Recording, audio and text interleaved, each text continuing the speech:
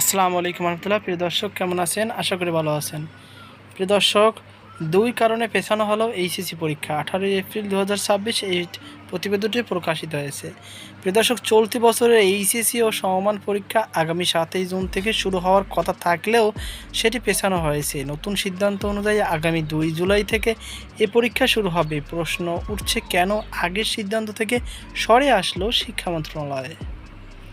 আজ শনিবার এইচএসসি পরীক্ষা নিয়ে আয়োজিত এক সভায় আসন্ন এইচএসসি ও সমমান পরীক্ষা আগামী 2 জুলাই থেকে আয়োজনের সিদ্ধান্ত নেয় মন্ত্রণালয়।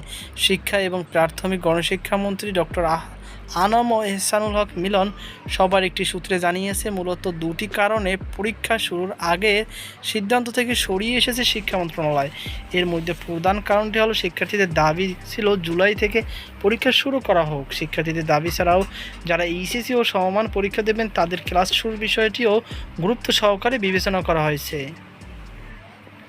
নাম অপ্রকাশিত থাকার শর্তে সভায় উপস্থিত একটি শিক্ষা বোর্ডের চেয়ারম্যান দ্য ডেইলি ক্যাম্পাসকে বলেন, সভা শুরুর পর একটি পক্ষ এইচএসসি পরীক্ষা দিতে যাওয়া শিক্ষার্থীদের পাঠদান সেপ্টেম্বর থেকে শুরু হয়েছে উল্লেখ করে তা পেছানোর পক্ষে মতামত দেন। এছাড়াও 7 জুন থেকে পরীক্ষা শুরুর খবর চাউর হওয়ার পর থেকে শিক্ষার্থীরা পেছানোর জন্য দাবি জানিয়ে আসছিল।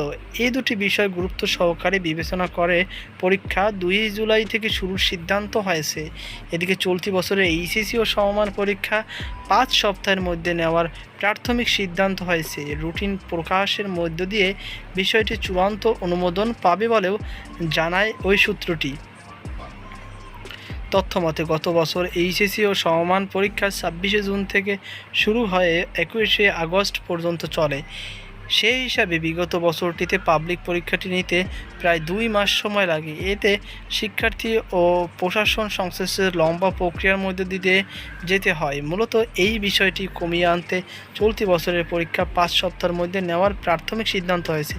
এবারে এইচএসসি বোর্ডের পরীক্ষায় প্রথমবারের মতো 9টি সাধারণ শিক্ষা বোর্ড সহ মোট 11টি বোর্ডে অভিন্ন প্রশ্নপত্রে পরীক্ষা অনুষ্ঠিত হবে। বিগত বছরগুলো মাদ্রাসা ও কারিগরি শিক্ষা বোর্ডে অভিন্ন প্রশ্নপত্র থাকলেও সাধারণ বোর্ডগুলো আলাদা আলাদা প্রশ্নে পরীক্ষা হতো। তো প্রিয় দর্শক, এই ছিল আমাদের সর্বশেষ আপডেট। সকল বাধা অনুষ্ঠান আজকে পর্যন্ত। আল্লাহ হাফেজ।